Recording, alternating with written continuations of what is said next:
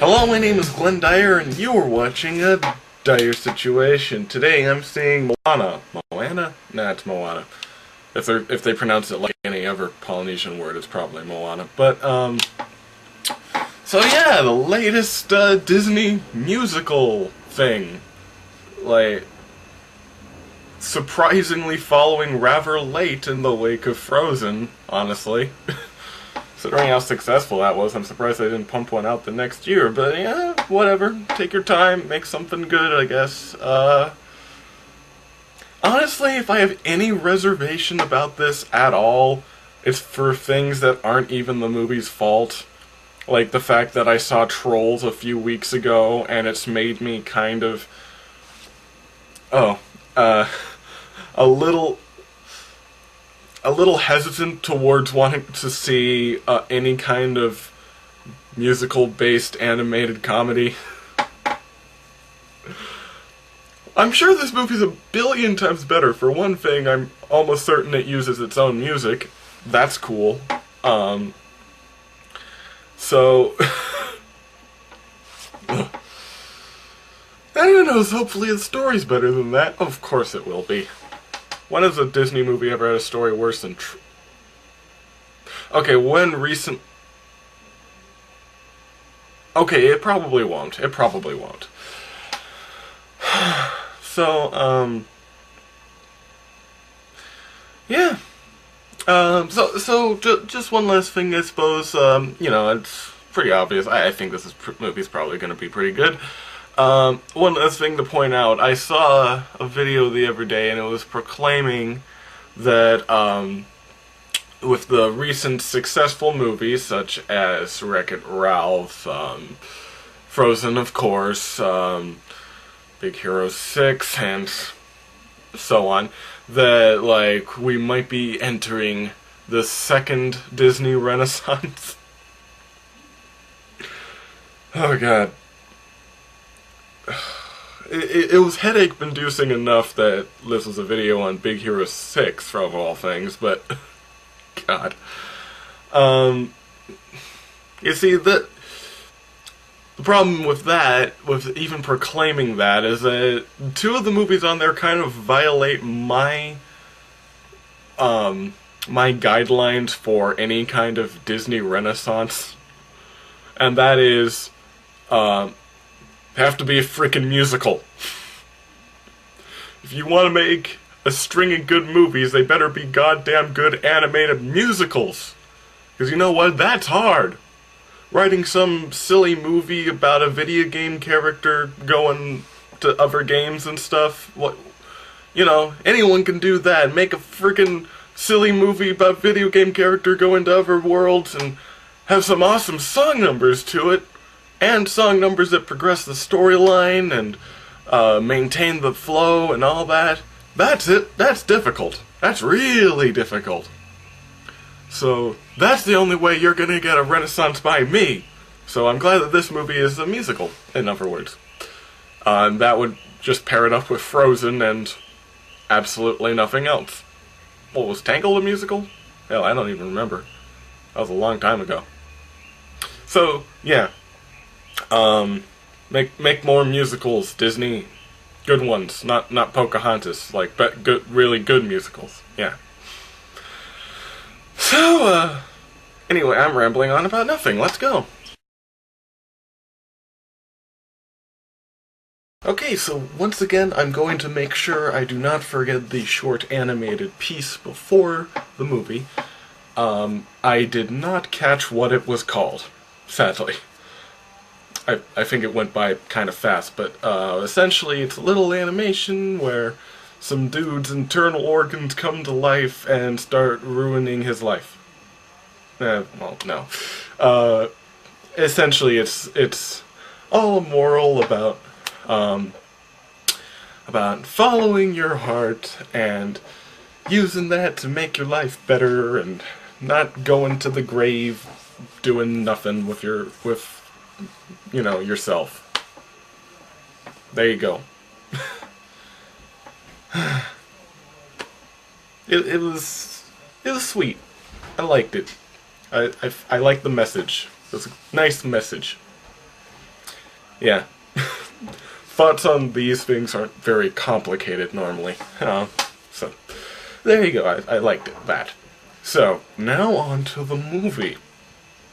Well, I liked it more than Frozen. And I liked Frozen quite a bit.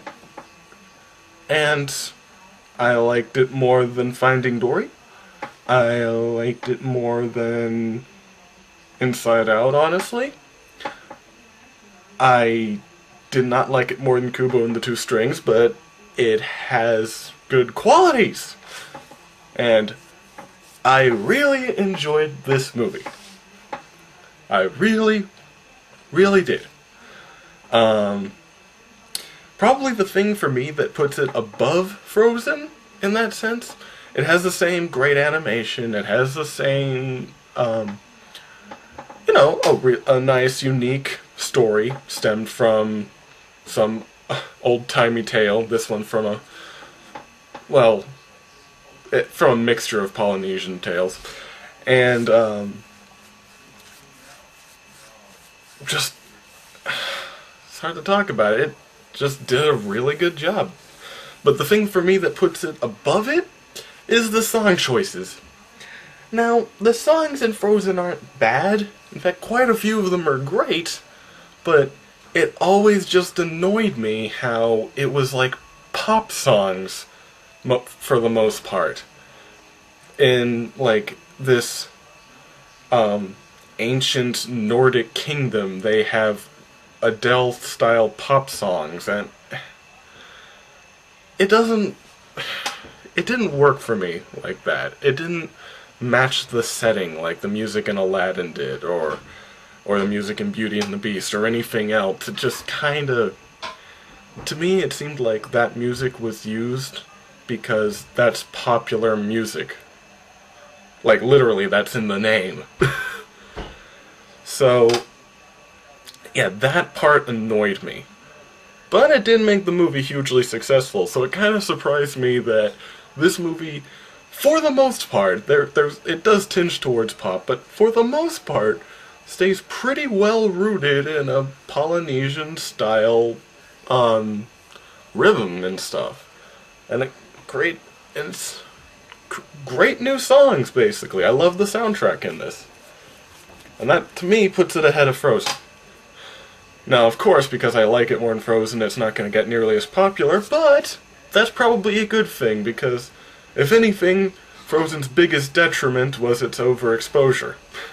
Because, when something gets that large, it becomes fun to hate. So, yeah. But, yeah, it was relaxing. Relaxing, but not boring, just relaxing. It was charming at times. I love the character of Maui. I love MOANA herself. I thought she was a very unique character. She has the typical, like, princess, I want more out of life and stuff, but it was a little more refined than that.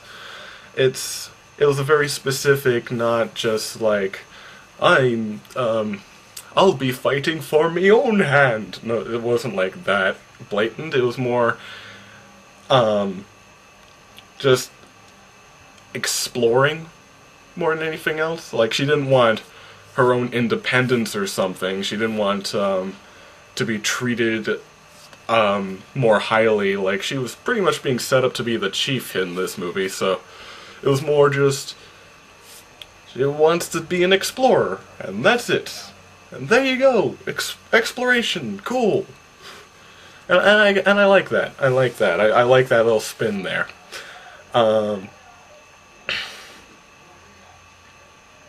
So let's see, is that everything? It's charming and relaxing, and I love the music, I love the visuals, I love practically everything about it. Yeah, pretty much. The only reason I'd be saying that Kubo is most definitely superior is mostly because of the ending of Kubo. because it didn't really hold anything back. In this movie, it's typical Disney ending. Everything that was broken is restored. Everything that was lost is found again, you know.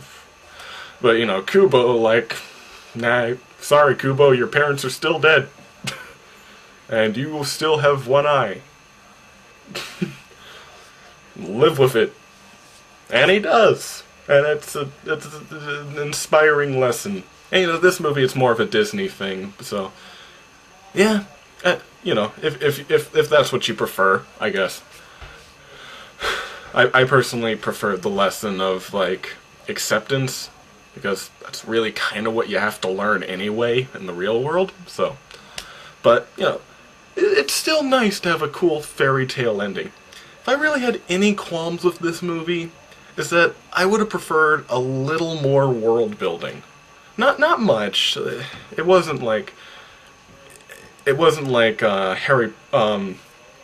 Fantastic Beasts where like it was so much so where the world building was drawn back so much that that it seemed almost like a side plot, the Fantastic Beasts part. It wasn't like that, and this movie is most definitely just about Moana and her character development and all that, but still, it's an interesting world that they set up here, like a Polynesian demigod-riddled, monster-filled place, and it's like really interesting art design and stuff, and I would have preferred seeing maybe one or two more locations, a few more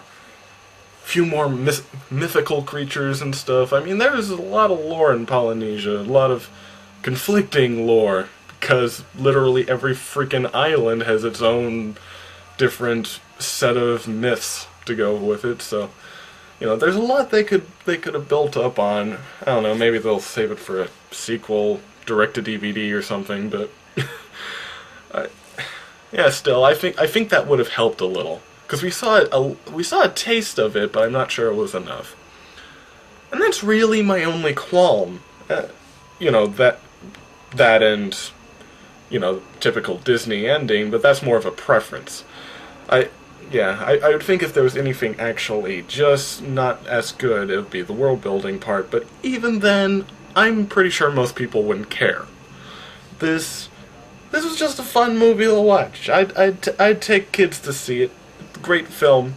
I think what people should do now is just take all those posters of the trolls and just burn them in a big bonfire, and just be like, well, take your kids to Moana now.